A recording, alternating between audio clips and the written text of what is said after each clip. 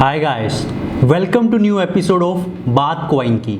आज के जो एपिसोड है उसमें हम बात करने जा रहे हैं XRP के बारे में। तो सबसे पहले XRP के बारे में बात करने से पहले जो सबसे बड़ा मिथ है कि XRP ही रिपल है या रिपल ही XRP है। तो XRP एक करेंसी है और रिपल जो है वो उसकी कंपनी है जो कि उसको बनाती है या उसको नेटवर्क को रन करती है। जैसा कि अथीरियम के केस में है, अथीरियम एक कंपनी है और जो उनकी करेंसी है वो है ईथर।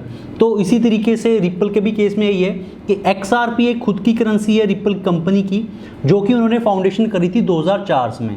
जो रिपल है वो काफ़ी ज़्यादा अलग अलग प्रोजेक्ट्स के फॉर्म में स्टार्ट हुआ था। ओपन कॉइन पहले इसे कहा जाता था। जो ओरिजिनल फॉर्म है, जिस फॉर्म में अभी ये चल रहा है, ये 2012 में इसे फॉर्म किया गया था और तब से लेके अब तक के इसी तरीके से काम कर रहा है। तो रिपल करता क्या है, क्या कंपनी काम करती है, जो कॉइन है XRP उसकी क्या वैल्यू है और आगे आने वाले टाइम में ये किस रेट पे पहुंच सकता है या फिर इसकी क्या फ्यूचर प्रेडिक्शंस हैं, आज हम उसी के बारे में बात करेंगे। तो सबसे पहले ये समझते हैं कि ये काम क्या करता है, XRP जो कॉइन है वो काम क्या करता है। तो XRP को जो बनाती है वो कंपनी, उसका नाम है रिपल। तो रिपल क्या काम करती है, ये इंटरनेशनल पेमेंट्स में काम करती है। तो इंटरनेशनल पेमेंट्स कैसे होती हैं, जैसा कि मान लीजिए आप यहाँ पे इंडिया में कोई बैंक में पार्टिसिपेंट है, आपका वहाँ पे अकाउंट है SBI में, आपको कनाडा में अपने रिश्तेदार के यहाँ पे पैसे भिजवाने हैं तो आप बैंक के थ्रू भिजवाएंगे, राइट। तो उसमें प्रॉब्लम क्या आती है कि वो जो नेटवर्क यूज़ किया जाता है उसे हम कहते हैं स्विफ्ट नेटवर्क, जो कि USA का खुद का नेटवर्क है। और उसमें सबसे बड़ी जो प्रॉब्लम है वो है टाइम कंज्यूम्ड। तो उसमें क्या होता है कि आपको मिनिमम मान के चलिए 4 से 5 दिन लगेंगे और कुछ केसेस में तो 1 हफ्ता तक लग सकता है इंटरनेशनल पेमेंट्स को कंफर्म करने में।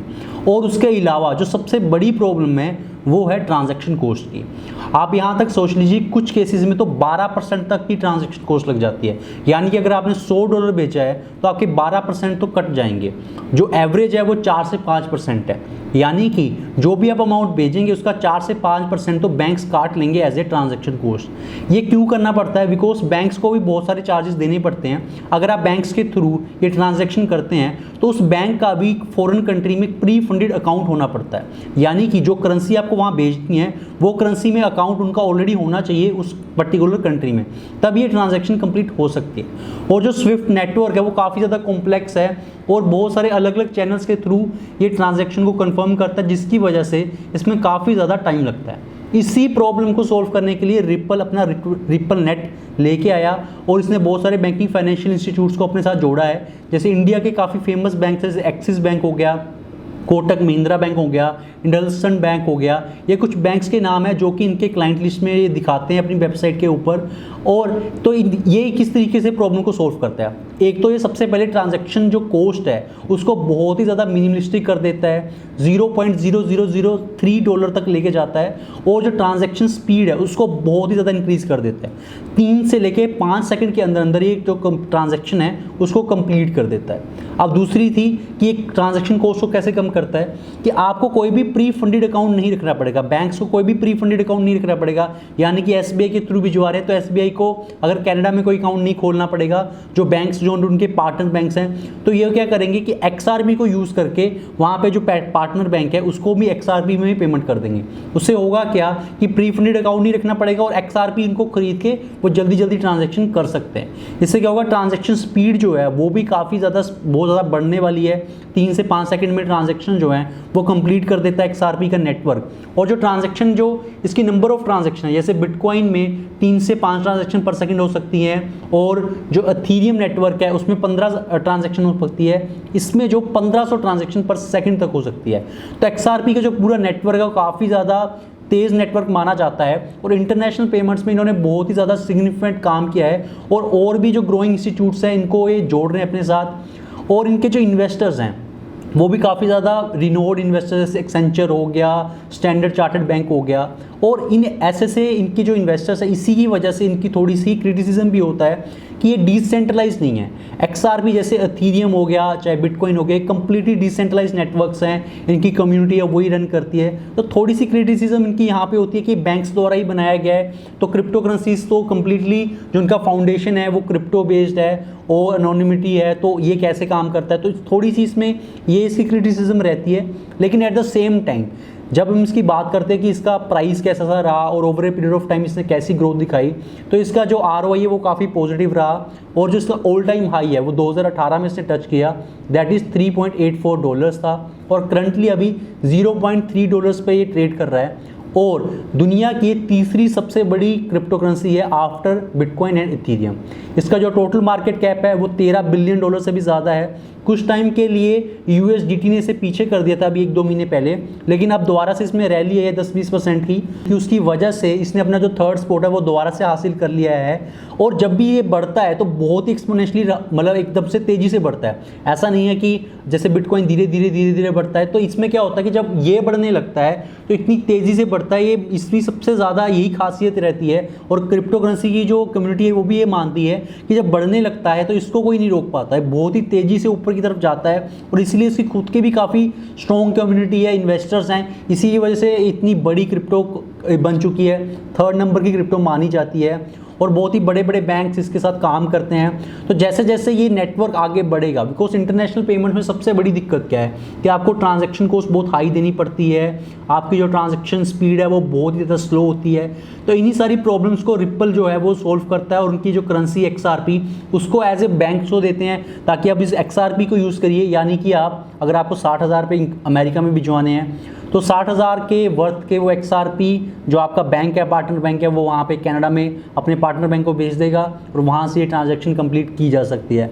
तो इस तरीके से जो बहुत बड़ी प्रॉब्लम है, मोस्टली जो ये XRP है, रिप्पल है, ये काम इंस्टीट्यूशंस के लिए करते हैं, रिटेल इन्वेस्टर्स के लिए नहीं है। यानी कि ये जो रिप्पल की टेक्नोलॉजी है ये मेनली बैंक्स के लिए, फाइनेंशियल इंस्टीट्यूट्स के लिए, ना कि रिटेल इन्वेस्टर के लिए। तो आपको भी अगर आपको लगता है कि हाँ इसमें फंडामेंटली आप चेक कर सकते हैं कि कॉइन किस तरीके से काम करता है या क्या है, बिकॉज इसकी जो प्रॉब्लम स्टेटमेंट है काफ़ी ज़्यादा बड़ी है और इसको एक काफ़ी ज़्यादा बढ़िया तरीके से सोल्व भी कर रहे हैं। ट्रांजैक्शन कॉस्ट की बात कर लें, चाहे हम ट्रांजैक्शन स्पीड की बात कर लें, बिकॉज अगर आप देखें कि इंटरनेशनल पेमेंट्स में सबसे बड़ी दिक्कत यही आती है। तो ये जो रिप्पल का जो इस तरीके से अभी इन्होंने काफ़ी ज़्यादा 300 के अराउंड इन्होंने क्लाइंट्स भी जोड़ लिए हैं अपने, तो ये दिखाता है कि किस तरीके की जो ग्रोथ है रिप्पल में वो over a period of time I है और इनके जो जिस तरीके का इन्वेस्टर्स का पूल है वो दिखाता है कि ये काफ़ी ज़्यादा इस टाइम पे अच्छा काम कर रही है और आगे आने वाले टाइम में अगर इसको बैंक्स और भी फाइनेंशियल इंस्टीट्यूट्स को ये जोड़ते हैं तो भी काफ़ी बढ़िया रहेगा। और ये प्री माइंड करेंसी है, यानी कि जैसे आप बिटकॉइन को माइन कर सकते हैं आप इसको माइन नहीं कर सकते। इसकी जो टोटल सप्लाई है यानी कि जो हार्ड कैप है वो है 100 बिलियन कॉइन्स का और अराउंड 38 बिलियन जो है वो मार्केट में अवेलेबल है ट्रेड के लिए। और जो बाकी होता है वो जो कंपनी है रिप्पल वो खुद ही लॉन्च करती है, बैंक्स को चाहिए होता है तो उनको रिलीज़ करती है।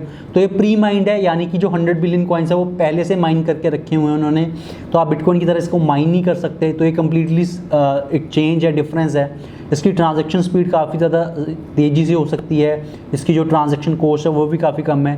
तो इन सारी वजहों से ये काफ़ी ज़्यादा बढ़िया प्रोजेक्ट माना जाता है अगर हम बात करें सिर्फ और सिर्फ इंटरनेशनल पेमेंट्स के हिसाब से। अगर आपको इन्वेस्ट करना है तो आप अपने तरीके से इसकी रिसर्च कर सकते हैं और जान सकते हैं कि किस तरीके का रहेगा ये कॉइन।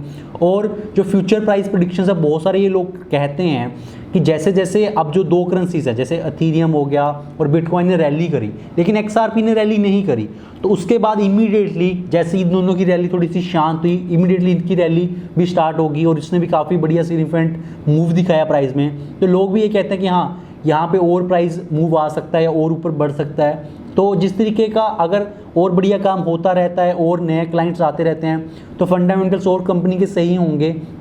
तो ये 2004 से कंपनी चल रही है, बहुत अलग अलग फॉर्म्स में। पहले कुछ और नाम था, ओपन कॉइन नाम से, इसके अलग अलग फाउंडर्स आए, उन्होंने अलग अलग काम किया, लेकिन इसकी जो ट्रू शेप है वो 2012 में ही बनी और वहाँ से ही इसकी जो अभी ट्रू शेप है कि हाँ ये किस तरीके से काम करेगा वो आई। तो जो सबसे बड़ा मिथ था वो ये था कि XRP क्या है और रिप्पल क्या है। तो रिप्पल हमने पहले भी आपको बताया कि रिप्पल एक कंपनी है जिसकी खुद की करेंसी है XRP, जैसा कि इथेरियम के केस में इथेरियम एक कंपनी है, ईथर उनकी करेंसी है। तो यही सेम चीज़ है। तो गाइस आज की वीडियो में इतना ही। अगर आपको ये वीडियो अच्छी लगी हो तो प्लीज़ लाइक आवर वीडियो और कमेंट सेक्शन में ज़रूर बताइए कि बात कॉइन की सेक्शन में आप और किन कॉइन्स के बारे में जानना चाहते हैं और किन कॉइन्स के बारे में आप समझना चाहते हैं। और आप और किन टॉपिक्स पे हमसे वीडियो एक्सपेक्ट कर रहे हैं। At the same time subscribe करिए हमारे चैनल को, ताकि आपको रेगुलर फाइनेंशियल वर्ल्ड के जो भी अपडेट्स हैं वो रेगुलरली मिलते रहें। और नोटिफिकेशन बेल आइकन को दबाना मत भूलिए, ताकि आप कोई भी नोटिफिकेशन मिस ना कर सकें और इमीडिएटली जो भी न्यू वीडियो आती है उसे देख सकें। Thank you guys.